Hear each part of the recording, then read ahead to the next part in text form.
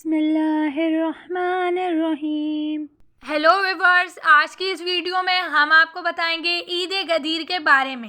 چلیں ویڈیو کو اسٹارٹ کرتے ہیں۔ پیغمبر اسلام صلی اللہ علیہ وآلہ وسلم اپنی زندگی کے آخری حج کے لیے مکہ معظمہ کی طرف تشریف لے جا رہے تھے۔ مسلمانوں میں یہ خبر عام ہو چکی تھی۔ دنیا کے ہر گوشے میں مسلمان اللہ کے گھر کا طواف کرنے اور حضور صلی اللہ علیہ وآلہ وسلم کی زیارت کے شوق میں چوک در چوک چلے آ رہے تھے۔ ہزاروں مسلمان جمع ہو گئے اور حضور صلی اللہ علیہ وآلہ وسلم کے ساتھ حج بدل آئے۔ حج سے فارغ ہونے کے بعد حضور صلی اللہ علیہ وآلہ وسلم نے مدینے کا رخ کیا۔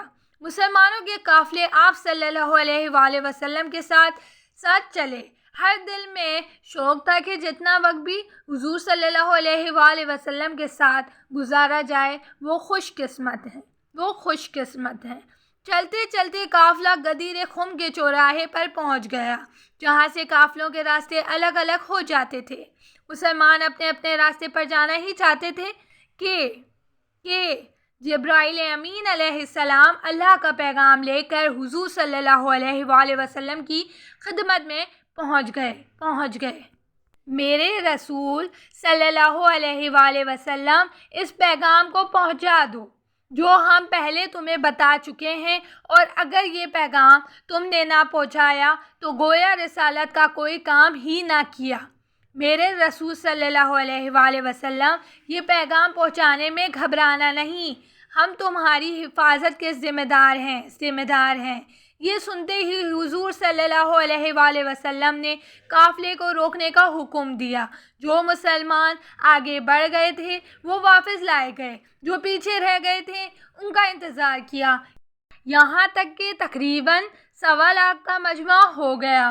حضور صلی اللہ علیہ وآلہ وسلم کے حکم سے ممبر تیار کیا گیا اور آپ صلی اللہ علیہ وآلہ وسلم اس پر تشریف لے گئے اور خدا کی حمد و ثنا کے بعد مجموعے سے سوال کیا، مسلمانوں بتاؤ، کیا میں تمہارا مولا نہیں ہوں؟ سارے مجموعے نے یک زبان ہو کر کہا، بے شک آپ صلی اللہ علیہ وآلہ وسلم ہی ہمارے مولا ہیں۔ اس اقرار کے بعد رسول صلی اللہ علیہ وآلہ وسلم نے حضرت علی علیہ السلام کو اپنے ہاتھوں پر بلند کیا اور فرمایا، یاد رکھو، جس کا میں مولا ہوں اس کا یہ علی مولا ہے، جس کا میں مولا ہوں اس کا یہ علی مولا ہے۔ یہ واقعہ جو غدیر خم کہلاتا ہے، یہ 18 ذی الحج 10 ہجری کو پیش آیا۔